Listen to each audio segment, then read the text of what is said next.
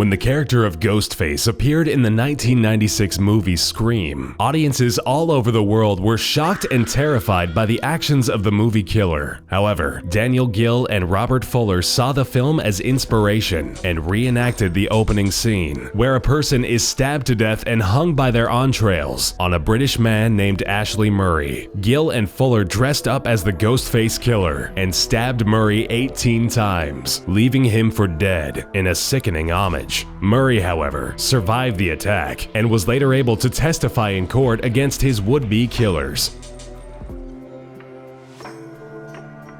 The success of Mel Gibson's movie The Passion of the Christ was not so surprising, as it was deadly. In one showing of the film, a religious newswoman named Peggy Law suddenly became overwhelmed by the graphic violence and emotional turmoil of the picture, and promptly had a heart attack and died in the theater. Ironically enough, while the Catholic Church put out warnings against the movie The Exorcist when it first debuted in 1973, that film suffered no casualties from the audience, unlike this movie, which had the church's full support.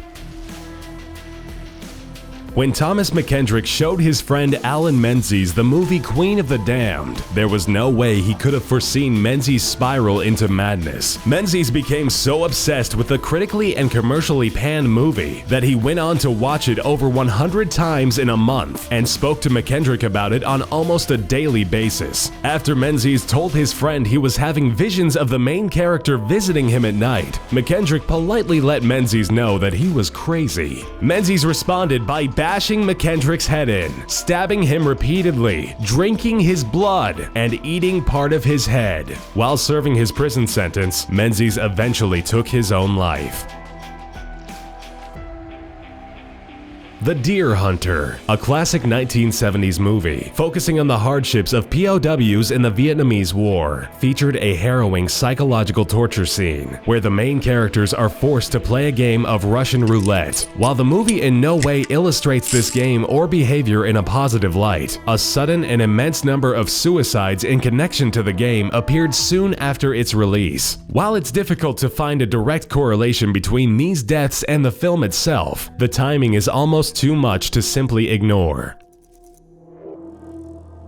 James Cameron's 2009 blockbuster extravaganza Avatar was also cited as a source for a cause of death. A 42-year-old Taiwanese man went to see the movie in theaters and reportedly became overwhelmed, spiking his blood pressure to dangerous levels. He promptly slipped into a coma and died 11 days later. The official cause of death written by the coroner? Overexcitement.